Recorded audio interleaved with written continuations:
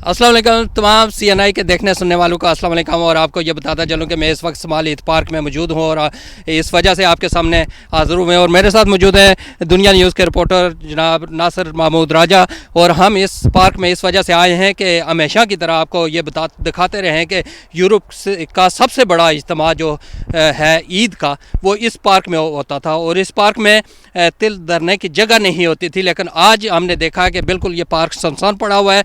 हमने आकर अपने चैनल्स के लिए रिपोर्टिंग भी की है और दिखाया है तमाम लोगों को कि इस पार्क में क्या हो रहा है। और अभी CNI के देखने सुनने वालों को भी ये दिखाना चाह रहे हैं हम कि इस पार्क में क्या हो रहा है आज और ईद लोग कैसे मना रहे हैं। यहाँ तमाम मज़ाहिब के लोग रहते हैं और हर मज़हब को अपना त्यौहार बनाने की इजाज़त है आज़ादी के साथ। और जिसके लिए ये भी बताता चलूँ कि यहाँ बर्मिंघम सिटी कौंसिल ने जो मुस्लिम कम्युनिटी है उससे आज़ार यकजहती के लिए बैरून स्पीकर पहली बार इजाज़त दी है अज़ान देने की। ईद और जुम्मतुल विदा है, इनकी अज़ानें बैरून स्पीकर पर हुई हैं, जिससे मुस्लिम कम्युनिटी ने काफ़ी शुक्रिया अदा किया है बर्मिंघम सिटी कौंसिल का। हमारे साथ मौजूद हैं राजा नासर। आप ये बताएं कि कैसा महसूस हुआ? देखा आपने रमज़ान गुजारा, लोगों ने घरों में इबादत की हैं और फिर ईद का इज्तिमा इस पार्क में नहीं हो सका, तो इस मौका पर पार्क को खाली देखकर कैसा महसूस हो रहा है?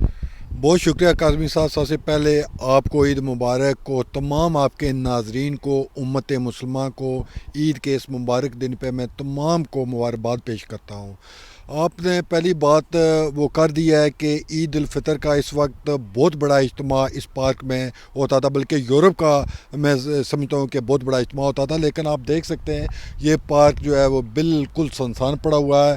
इस वक्त लोग जो है ख़वातीन हज़रात, तो इतनी बड़ा हजूम होता था कि तिल धरने की जगह नहीं होती थी। लेकिन अनफॉर्चुनेटली अल्लाह ताला के कोई हुक्म था या अल्लाह ताला की कोई नाराज़गी हम पे आ गया है कि बिल्कुल इस दफ़ा ना तो मसाजिद में इबादत हो सकी हैं। जो ईद उल फितर का जो मौका था वो भी हम सोच रहे थे कि अल्लाह करेगा कि लॉकडाउन ख़त्म हो जाएगा, कम अज़ कम ईद उल फितर जो अपने आप को तसल्ली के लिए वो ईद उल फितर जो है मसाजिद में नमाज के साथ वो अदा कर सकेंगे। लेकिन ये अल्लाह का निज़ाम है। ये कोरोना वायरस ने तमाम लोगों को बराबर कर लिया है, इसमें अमीर गरीब का सारा फ़र्क ख़त्म हो गया। लेकिन एक चीज़ बड़ी खुशाइंद है, देखने में आई है कि हमारे लोग यकजा हो गए हैं।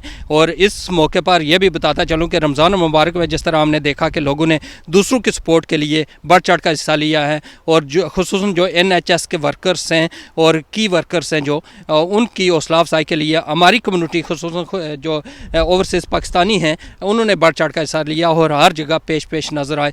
रमज़ान मुबारक की अगर बात की जाए तो रमज़ान मुबारक में जहाँ लोग मुख्तलिफ इबादत के लिए मसाजिद का रुख करते थे, इस बार ज़रा मुख्तलिफ हुआ। लोगों ने इबादत घरों में की, तरावियाँ जो हैं वो मसाजिद में जो टाइम लगाते थे उसको टाइम को निकाल कर उन्होंने लोगों की खिदमत के लिए अपना टाइम निकाला है, जो बड़ी खुशाइंद बात है। जो जहाँ हक़ूक़ुल्लाह को हम अवलियत देते हैं वहाँ हक़ूक़ुल इबाद को भी मद्देनज़र लोगों ने रखा। और कोरोना वायरस ने जहाँ बीमारी लाई है, हमारे साथियों को हमसे जुदा कर दिया है, उस मौके पर हमें एक तरीका भी सिखा दिया है रहने का, दूसरे का ख्याल रखने का और मज़ीद अपने आप को हमने ज़िंदगी को कैसे हमने आगे अपनी ज़िंदगी को गुजारना है और डिसिप्लिन भी सिखा दिया है कि हमने एक दूसरे के साथ कितना डिस्टेंस रखना है और हमने किस तरह किसी से मिलना है और किस तरह किसी का शुक्रिया अदा करना है। क्या हाल है? ये ठीक है? बिल्कुल जी, आपने दुरुस्त फरमाया कि आज जो है ना हुकूमती गाइडलाइन कम अज़ कम हमारे लोग जो है, बल्कि तमाम लोग जो है वो उस पर अमल पैराए हैं, वो हुकूमती गाइडलाइन को फॉलो कर रहे हैं। तो आपने देखा होगा कि WHO ने तो उन्होंने कहा जी कि ये हमें कोई पता नहीं है कि हमें कोरोना से कितनी देर तक इसकी वैक्सीन वो पता नहीं होगी भी या नहीं होगी, अगर होगी तो कितना टाइम लगे।